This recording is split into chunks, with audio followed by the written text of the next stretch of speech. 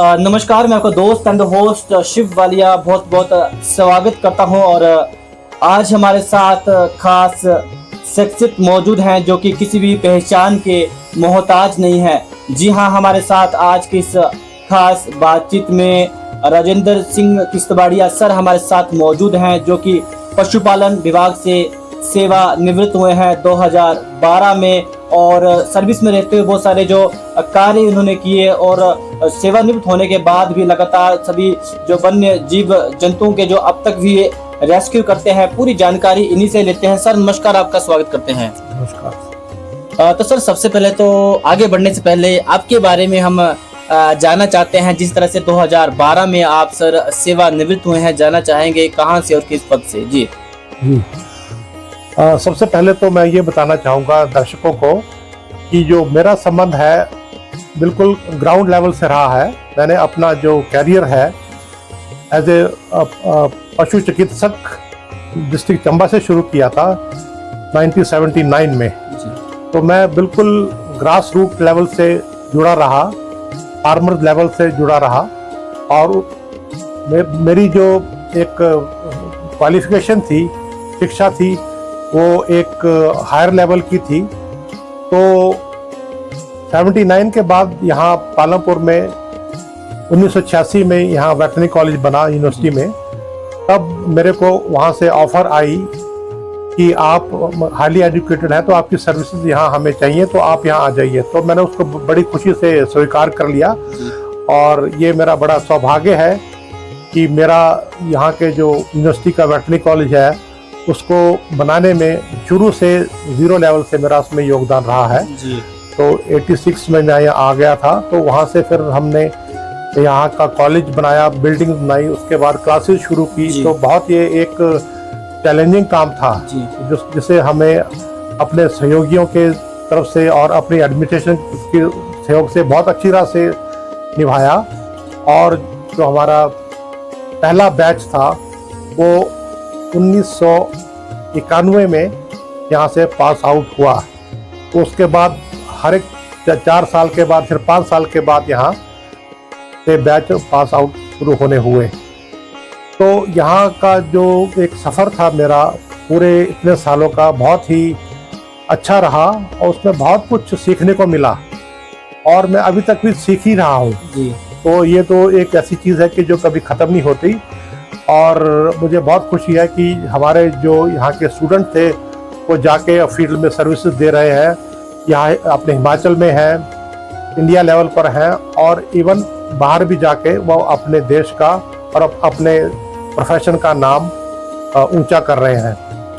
फिर यहाँ ऐसा कुछ हुआ कि मैंने सोचा कि अब ये तो जो पालतू जानवर है उनके लिए तो सब कुछ हम कर रहे हैं, इतने हमारे स्टूडेंट्स बढ़ के जा रहे हैं, लेकिन ये जो बेचारे वन्य प्राणी हैं जिनको कोई नहीं देखता, और मेरा को शुरू से बचपन से ही इनके साथ बहुत ही लगाव था। मैं जहाँ रहता था शिमला में, वहाँ एक जू था, वहाँ एक डॉग स्क्वाड था और ये एक स्टेबल था, हॉर्सेस थे। तो बचपन से मैं उनके साथ रहता था, तो उनसे मेरे को इतना लगाव था कि जब मेरा सिलेक्शन हुआ वेटनरी में तो मैंने बिल्कुल भी दूसरी बार नहीं सोचा कि मैं और कुछ करूं। आमतौर पर होता है कि आपने मेडिकल में जाना है तो वेटनरी में मिला तो नहीं। मेरे साथ वालों ने दोबारा भी उसमें कोशिश की, वो कोई कामयाब भी रहे नहीं रहे।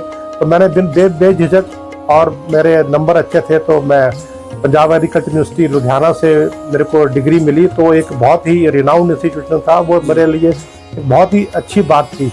तो मैंने बेझिझक को जाके वहाँ एडमिशन ली और उसके बाद सर्विस अपने करते रहे। जैसे जैसे मौका आया वैसे हम सर्विस इसमें करते रहे। जी। और जब यहाँ आने के बाद एक ऐसा घटना हुई कि उससे मैंने एकदम सोचा कि अब जिनका कोई नहीं है उसके लिए मैं कुछ ना कुछ जरूर करूँ।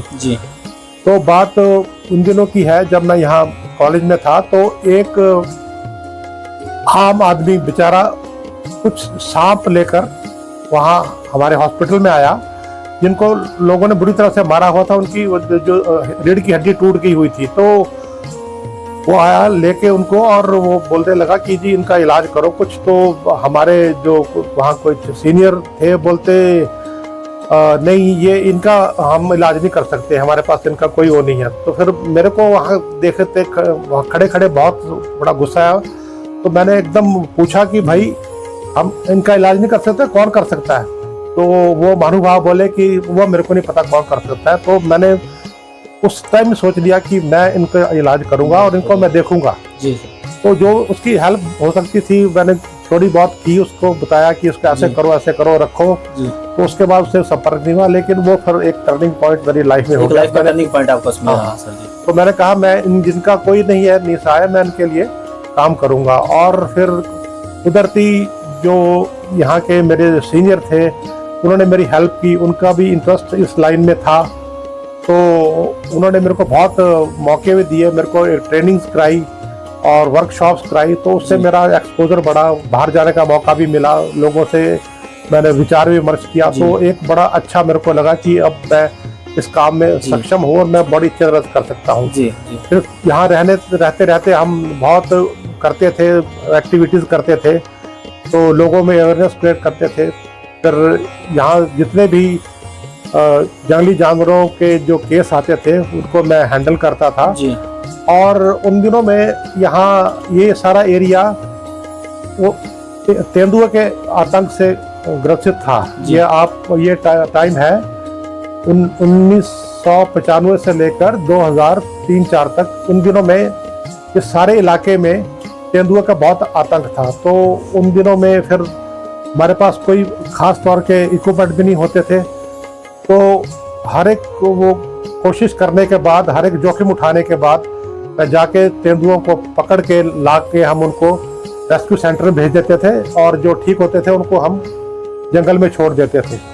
तो वहाँ से ये शुरुआत हुआ, एक बड़ा चैलेंजिंग रहा और उसके साथ आगे आगे रास्ता बनता गया। फिर गोपालपुर जू में मैं कंसल्टेंट था, वहाँ जाके हम ट्रीटमेंट करते थे, स्टूडेंट्स को एक्सपोजर देते थे वाइल्ड लाइफ का और बहुत अच्छा एक्सपोजर रहा स्टूडेंट्स को। उनको बाहर ले जाते थे, नेशनल पार्क्स में ले जाके एक्सपोजर देते थे। तो लोग जो मेरे स्टूडेंट थे वो बहुत अच्छी तरह से इस काम में वन्य प्राणियों के रक्षा में सक्षम हुए। तो मेरे को इस बात की बहुत खुशी है। और अब भी जब भी कोई ऐसा कोई केस होता है तो मेरे को उनकी तरफ से जरूर कॉल आती है, जरूर पूछते हैं। अब इतना आसान हो गया है, पहले मेरे को अकेले भागना पड़ता था, कभी पालमपुर से मंडी और कभी यहाँ कांगड़ा की बाउंड्री में इंदौरा की तरफ सारा देखना पड़ता था, हमीरपुर का बॉर्डर जाके।